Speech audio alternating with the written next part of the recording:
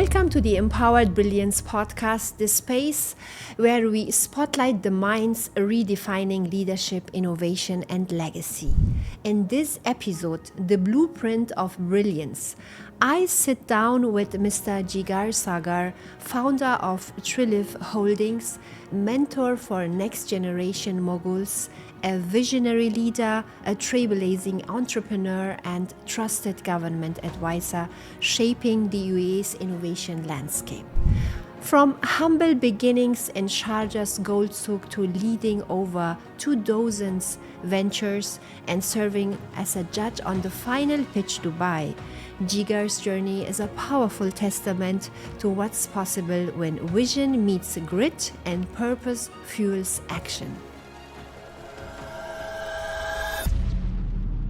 I believe that everything is in abundance. If you have the skills and the knowledge and you're constantly chasing opportunities and winning those opportunities, money will come chase you. Jigar Sagar. Jigar Sagar. Jigar Sagar. A serial entrepreneur, visionary investor, and strategic government advisor. Jigar's entrepreneurial journey is nothing short of inspirational. Launched over 30 ventures worth more than $350 million. Brought to life more than 25,000 companies and helped over 250,000 entrepreneurs. Jigar Sagar's innovative approach to public-private partnerships has revolutionized the development of multiple UAE free zones. So my motto is, offer something for 1 dirham, but make sure you offer it to 1 billion people. That's it, you become a billionaire. We explore how he has turned his strategic mindset into a force for building businesses and legacies that last. Inspired by the UAE's founding fathers, Jigar shares how purpose, clarity, and bold execution have guided him through decades of growth, innovation, and service. Don't get bogged down by how much money is in your pocket. Worry about the idea and the execution, because money will come looking for those opportunities. Do you really know what entrepreneurship is? It's about the speed of execution. It's making sure that you're not wasting the most valuable thing out there, which is your time.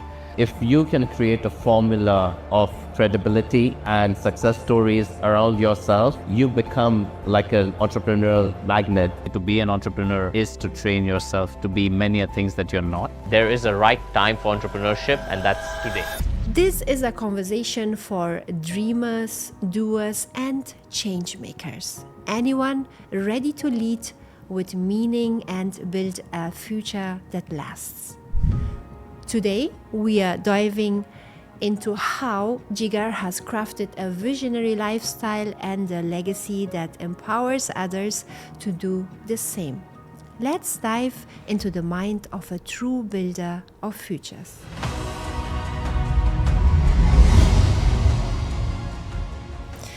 Mr. Jigar Sagar, welcome to the Empowered Brilliance podcast. It's a great honor to have you here. Listen, first of all, thank you for the lovely introduction, and thank you for having me here. It's my pleasure to be able to talk to you and spread the message. Thank you so much. And first of all, a big congratulations for your role as the judge of the final pitch Dubai. It's a very inspiring role and a very powerful role. Thank you. I mean, I think it comes from the back of wanting to do something that's meaningful. And I think good things happen when good people and good ideas come together. That's amazing. All the best for this. We are very excited to see it very soon. So what was the whole experience like for you, and did any particular pitch really stick with you? So I think every pitch sticks. But it's those that, can fulfill a few requirements that I have as an investor or even as a mentor that we take forward. I would like to help everyone, but then time is limited. Yeah. So you have to sort of figure out who can you help and who do you want to help. And many a times while you're helping others, it's you who's learning as well, right? So, I mean, I think it's in my interest. There are quite a few pitches out there that, we've been attracted to, that I have personally invested in. Yes. And I think I should leave it for the audience to see the show, to see what pitches they were. Yeah, that sounds very interesting. And thinking back to your own path, what shaped your early mindset around entrepreneurship and leadership? I mean, it's the hustle in the souk. It's the way business is done in this city, in this country. And when you're surrounded by that environment where everything is a business transaction, you are shaped in a certain way. And I come from that background where my training has come very early on. Yeah. So I think entrepreneurship is in my DNA. Now, having said that, I also know that not everyone is fortunate enough to have been exposed at a early age as me to Yes. entrepreneurship, right? So I think I got a head start. So I feel I'm privileged. It's not about coming from wealth or not coming from wealth. It's also about being privileged about where your start line is, because everyone's start line is different. Of course, yes. And you were working with your father Yes, at the Gold Souk, so it started with that. correct. So that shaped you a lot. Yeah, I mean, it's anything and everything that I learned about business early on came from there. And it's a very unique environment. It's a very dynamic environment. For those who have been to a souk, even as a customer, can understand that the hustle that it brings along, it's not a typical corporate job. So I did have to learn along the way and gather experience about how to operate in a corporate environment, because that's quite significantly different from working in a souk environment. Of course, but the inspiration were there, Yes. right? So from the early age. And you often speak about vision in action. What does that mean to you on a soul level? How do you translate bold ideas into tangible results? I mean, I have a very simple philosophy. My dreams are not going to settle for my comfort zone. They care about my commitment and my consistency and my actions. And I think the same applies to everyone else. It's easy to sit and dream, Yeah. but to see it come true, see those vision, come true, come to life, it demands actions. It demands commitment. It requires you to get up and do something. It's not going to happen by itself. I mean, we were talking about the souk, and I remember we would have multi-million-dollar transactions happening on a shake hand. It shaped the way I started thinking about trust, for example, that how, you could lose gold Yeah. and you could buy it back. But if you ever lost trust, you could never buy back trust. So it was always about your actions. So I don't think we even had a choice to worry about doing an action or not in that environment. We were told to do the right actions. I think if I'm generalizing, today the problem statement is that there isn't much action happening. There's a lot of thinking, but no action. Yeah. More theory, but not Yeah. practical steps. Yes. Yes. And how did the earliest version of your vision evolve? Was it clear from day one that you want to really do this, or you had to reinvent yourself many times? Oh, no, I mean, listen, growing up, this wasn't the vision at Yeah. all, right? So I think initially the vision as a kid was financial freedom.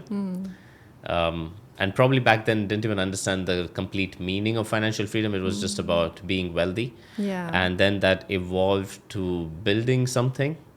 And now it's about, building an ecosystem and leaving legacy. So I think it's constantly evolving, and I'm pretty sure it's going to keep changing as I go along.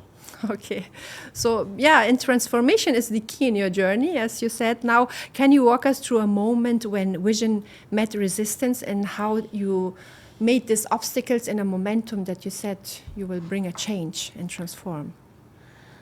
I mean, I think a significant shift in the mindset came along with COVID. I think the world saw a very dark period back then. And I was fortunate that I did not have any personal losses in terms of family members or friends. Yes. But the news itself, I think, hit me in a bad way. The idea of people dying, the idea of death being a counter on a web portal, it didn't sit well with me. Yeah. And I remember there was this business that we were just about to launch, and it went live in and about Feb 2020. So it was less than 30 days before we went into a lockdown. Now, millions had been invested into that business. And at that point, I think it was the universe's way of, fighting back and challenging me. And that's how at least I took it. I took a pause of, I think, 48 hours after lockdown, put together a strategic plan to go completely digital, invested a little bit more money, took about 3 weeks to transform the business to at least be able to go live and then improve on.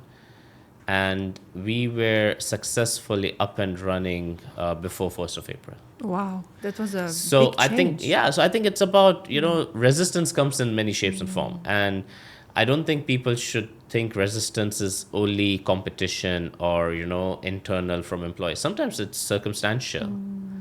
I mean, I don't think the universe was, working against me. Yeah. I think every challenge is something that I look forward to solving. So it's that mindset where resistance is a puzzle that you can solve. Sometimes a big challenge is coming to bring you a shift, right? So that you change your perspective, and sometimes we are shocked, but it is maybe the good thing. No, I mean, to think differently. I think if you didn't have resistance, you wouldn't have innovation. Yeah, It's resistance right. which brings out, the innovation in you, brings out the solutions in you. Yes. Otherwise, it's too easy to get stuck to your comfort zone. Right. And what core values of principle have remained unchanged no matter how much success or scale you have achieved? Because you have helped over 200,000 entrepreneurs, young leaders for the next generation. Yeah, I mean, I think integrity is something that's very core to me.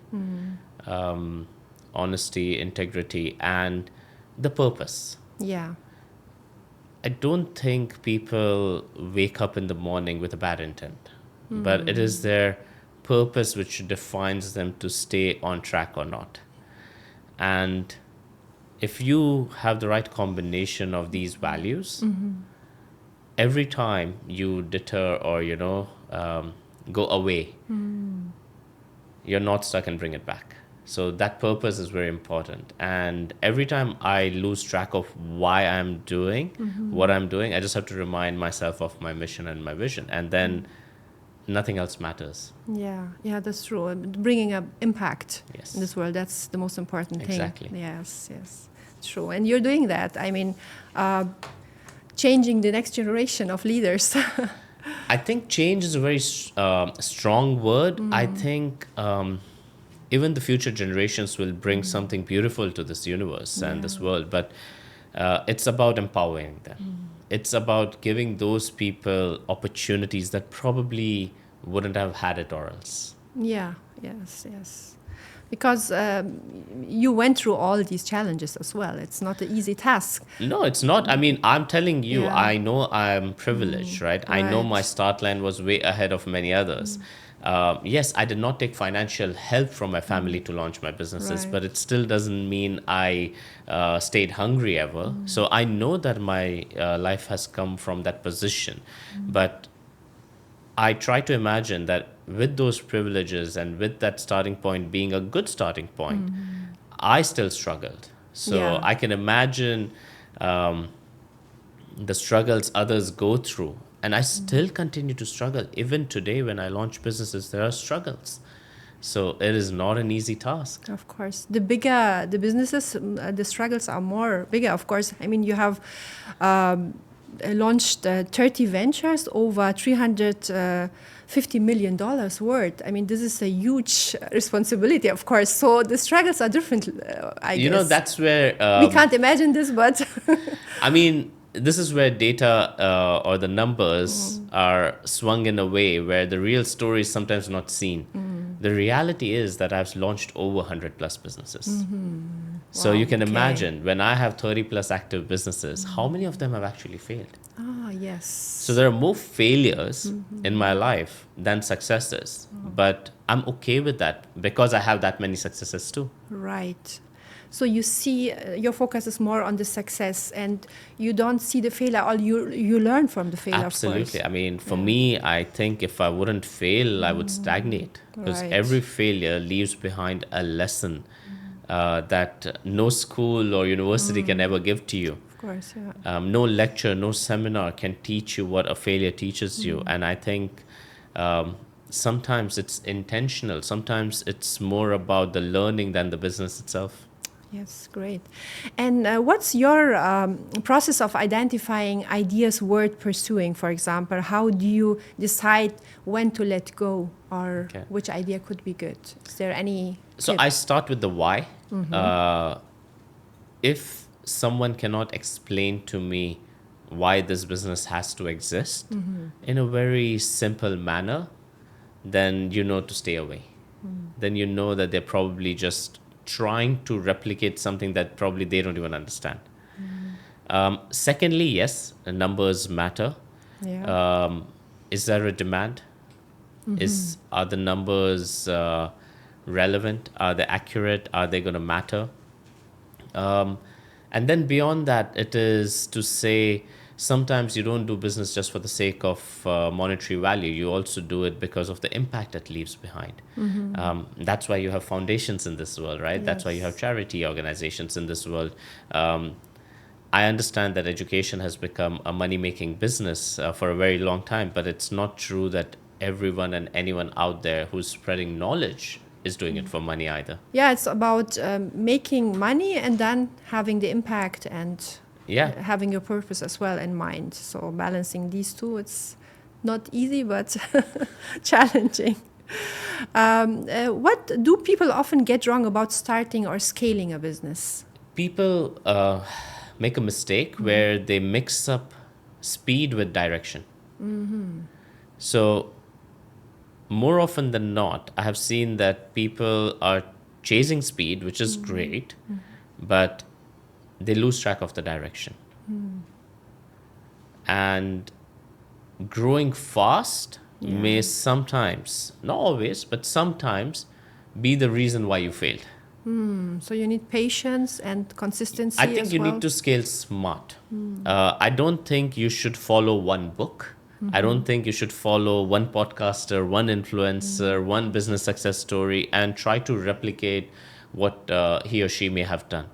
I think what's important is that you take the knowledge from them Yeah. and then apply it to how it applies to your business case, your business idea, your venture, your funding. At the end of the day, the same solution may not apply at two places and two Yeah. problems, right? So I think that's where most startups are making that mistake when it comes to growing and scaling is they try to replicate what others did to grow. And I think that causes their downfall. I see. Okay. And tell us about your transition into the world of public sector advisory. How did it begin? Oh, 'Cause so you're an about a decade advisor. ago, Yeah. there was a government organization wanting to launch a free zone, out here in the UAE, and they were seeking help and support from subject matter experts. Now, at that point, me and my team had that sort of expertise that could bring in the solutions to what they were looking for. And the journey originally started from there.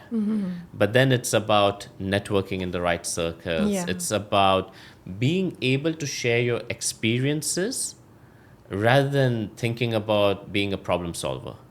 So once the people in the right corridors understood that this is someone with that vast book of experience, they understood that that's where solutions can be found rather than looking at it from a different perspective.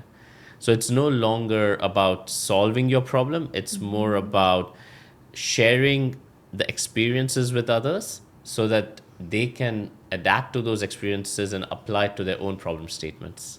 Okay, very good. What does personal happiness mean to you? I mean, this is a definition to everyone very different, but your own perspective on that. I think happiness is very powerful and a strong word, right? Which is Yes. used lightly.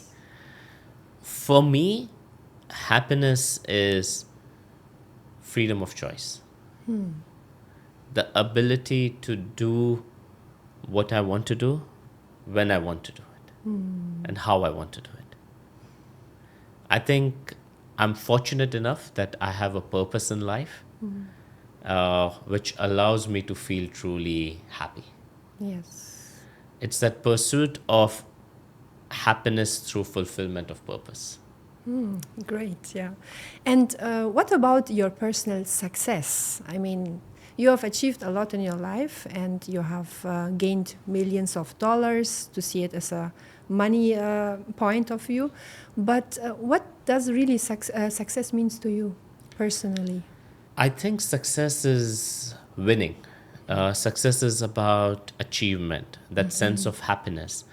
And your goals keep shifting in your lives. And you may have more than one goal at a time. You may have a Yes. different goal in your personal life, with your family, with your colleagues, with your businesses at the same time, right? And I think success comes from that ability to achieve and feeling happy. Now, it's so intertwined that, I mean, in a young age, success Yeah. was money, Of course, yes. right? Always different. And then it was, having a business. And then it was about building an ecosystem. yeah. Now, for me, the goal is about leaving that legacy. Mentoring. Mentoring, Other but leaders. there's a reason why I mentor. It is, I don't think legacy is about what you leave behind. I think legacy is about what you leave behind in people. That's really good because many people are talking about legacy when they are not here anymore. But leaving behind, to empower other people, that's really good. Yeah. So it's not about leaving behind money Yeah. for others. It's not about just leaving something behind or just leaving knowledge behind. It's beyond that, at least for Yeah, me. And yeah. again, this is like an evolution. This is work in progress. And like I said, I will keep evolving. But for me, at this point, success will be the ability to achieve that vision, which is to leave behind in people something of value that empowers and enables entrepreneurs of tomorrow. Oh, that's very great. Yeah, great definition of that. And how did Dubai shaped you? Talking about success, I mean that's the place. But how did Dubai shaped you? Yes, in a way. I mean, Dubai, as you know today, is very different from what Dubai was when I was growing up. And it's only gotten better. This city has the ability to remind you every morning that you have to get out there and work towards achieving your vision. And it's not just about having visions, but it's about the ability to execute it. I mean, we have this joke amongst friends, right? Yeah. It's like, if you were in Dubai and you didn't make it, you would not be probably able to make it anywhere else, because the amount of support you receive in the city, no matter where you come from, no matter if you've been here like me, born here, or you came through Emirates Airlines just this morning, it does not matter. This city goes all out to actually uplift people. And I think it comes on the back of how the leadership behaves and how they Absolutely, have yeah. shaped the mindsets of the population here. Absolutely, yeah. It's all about the mindset and also giving people the opportunity and also possibilities. It's a place of possibilities. Absolutely. Yes. And a great hub, of course. The whole world is here. So you see really everyone. I think good things attract good things. Yeah, So yeah. this is more about this great city being able to attract the right talent. Yeah, it has a good energy that people are Absolutely. coming here, of course. Absolutely. Yeah, and finding themselves. That's true. And what does legacy mean to you in the season of your life right now? Like I said, You already legacy for talked me about it. is about not just leaving something behind, but it's going to be about what I leave behind in people for generations to come to enable and empower entrepreneurship. Okay. It's about creating that ecosystem, that platform where the channels may keep changing, right? Today, is it going to be a school, a university? Is it going to be an online platform? Those things keep evolving. Technology will keep changing. Yeah. But it's the ability to leave behind something that can create impact even in the future. Great. And you mentor a lot of young leaders. So what do you look for in someone who's really ready to grow? When you see a leader, what do you look in them? I think I look for that passion. And why? Yeah. So it always starts with someone approaching with the what. What do they want to do? What is their business idea? What business are they doing? What are their struggles? Where do they need help? What is it that I can help them with? But what I seek post all of that, for me, that's relevant, white noise. But then I seek the passion. And why do they have that passion? Okay. Yeah. That's fundamental. Yeah. Because it's easy to act that you're passionate about something Yes. and you can fake it. Right. But it's the why which determines how long will the fuel last. Because having gone through the journey of entrepreneurship this many times and still on it, I know that you need an unlimited supply of fuel, of passion, because every morning is a reset as an Yeah. entrepreneur. When you're working in a job, you know that you're going to receive your salary on a so-and-so date. When you're working as an entrepreneur, you know that every day is a unique day that brings something new to the table. There must be always a motivation in you. Yeah, I mean, And why are you doing yeah. it? What is the And- motivation within you rather than Right. seeking external validation and motivation? Yeah. Something inside of you will tell you that you have to go for it every day. Yes. And what's your North Star as a leader when things get uncertain and tough? When things are tough, I ask myself this question: what are you going to do today? And the answer is always, I'm going to have fun today. So my North Star is happiness. And because I know the fulfillment of my mission, my vision, my goals bring me happiness, Yeah. it will always be about the why. It is the reminder of that mission I'm on, and then everything else settles down. All that challenging chaos no longer seems relevant. So we have, Mr. Sagar, rapid fire section, brilliance in motion. So I'm Sure. asking some short questions and you can give some short answers. Absolutely. So what is one mantra or guiding principle you live by every day? What are you going to do today? Be happy. A book that changed your thinking forever. Whew. Dale Carnegie, How to Win Friends and Influence People. A good one, yeah. A leader, past or present, that you deeply admire. His Highness Sheikh Mohammed bin Rashid Al Maktoum. It's not just about the vision, it's also about the execution. Great. Your favorite failure, the one that taught you the most. Oh, the first one. Yeah, which one? It was when I was trading in commodities and I lost a significant amount of money. Oh. But it left behind such a valuable lesson, that focus on value creation rather than commodities trading and value trading. Okay.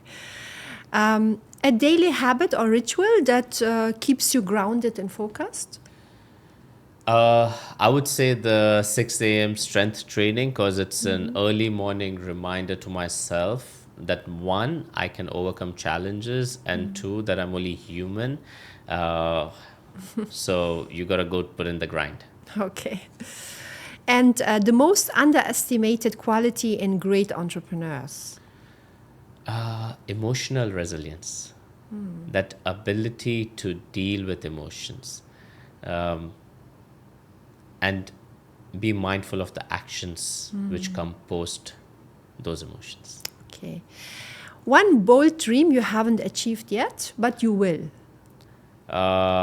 Enable entrepreneurship for the future generations. I still think it's work in progress. Okay, great. If you had 30 seconds to deliver one message to the world, what would it be? 30 seconds. Yeah. Wow, that's putting. I mean, I can't. I don't know if demanding world peace Yeah. is an answer to that, but I would definitely say that follow, seek your purpose, and be committed to your actions on fulfilling it. That's a great message, yes. And Mr. Sagar, in a world where we are racing toward AI and digital innovation, what role do you believe human connection plays in shaping the future? And how can leaders ensure we don't lose the soul of innovation along the way, but the human connection, because now we are in a new era? I think AI has been misunderstood. AI is going to continue being there. It's going to continue being a tool to help humans. But human connection can never be replaced.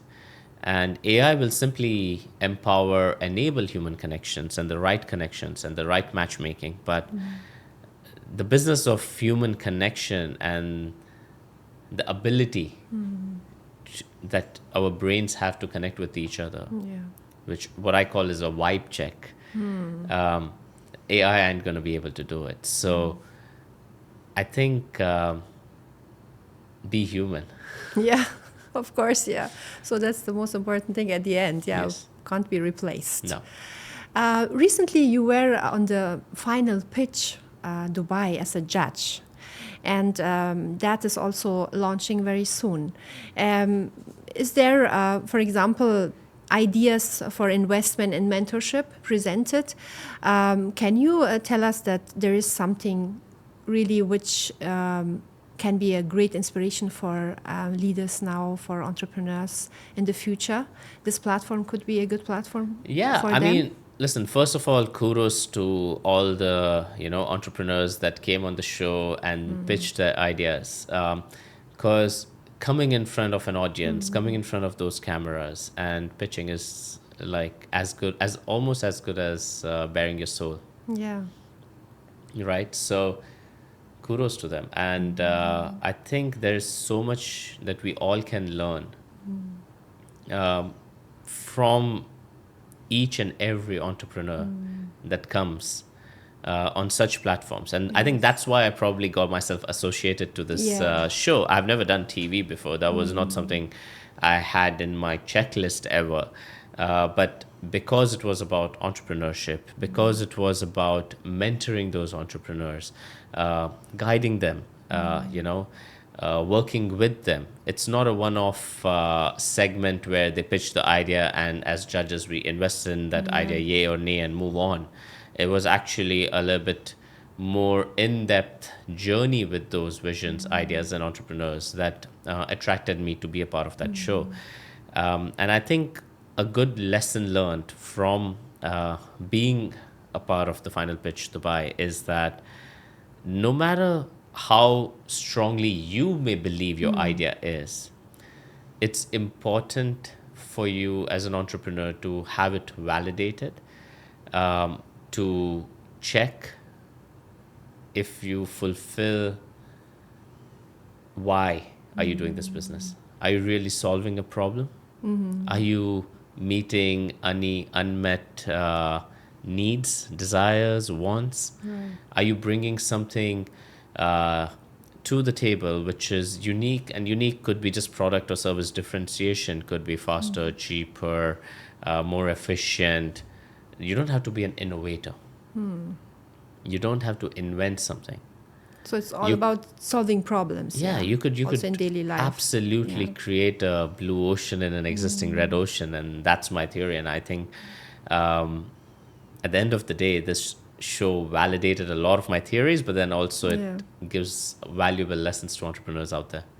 Okay, great. Yeah. I mean, and do you have any message at the end for the entrepreneurs who are stuck, but they have great ideas? Like you said, they want to solve problems, but what can you tell them? Like any message?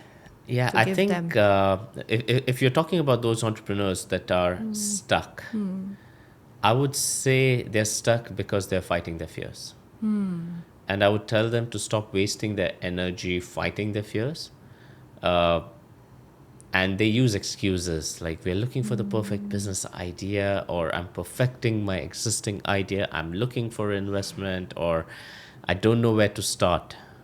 The reality is, if you're stuck, just take a stock of what you have, how much you have of it, and start from there. There is always something you can do to begin. The question is, if you keep thinking about the fear, and if you're going to keep thinking about the perfect solution and the ideal scenario, it will never come. So what are you going to do? Just do. Get up and start. Best advice, I mean, what's the worst that's going to happen? Don't wait for Christmas. Start today. Thank you so much, Mr. Sagar, for this advice and all your expertise you shared here on the podcast. Really very valuable, and a great honor to have you here on the podcast today. I know your schedule is very tight, and for me personally, it's a great honor to talk to you and the pleasure is mine. The respect is mutual, and I would like to, firstly congratulate you on your achievements and Thank you. what you have been doing, because I think entrepreneurship is not a solo sport. It's an ecosystem.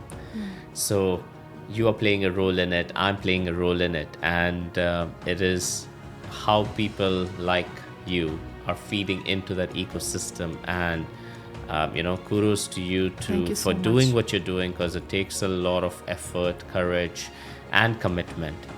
And I think the cause is what's beyond all of us. And the cause of entrepreneurship is a genuinely amazing cause. And I think thank you for having me. Thank you so much. We are all here to make an impact. Thank you. Somehow Absolutely. through our work. Thank you so much. Thank you. And to our audience, I hope this conversation brings you a lot of inspiration, and I'm truly sure you will be empowered by listening to this conversation with Mr. Jigar Sagar, and step into your own brilliance. Stay tuned for more inspirational conversations here from the Empowered Brilliance podcast. Until next time.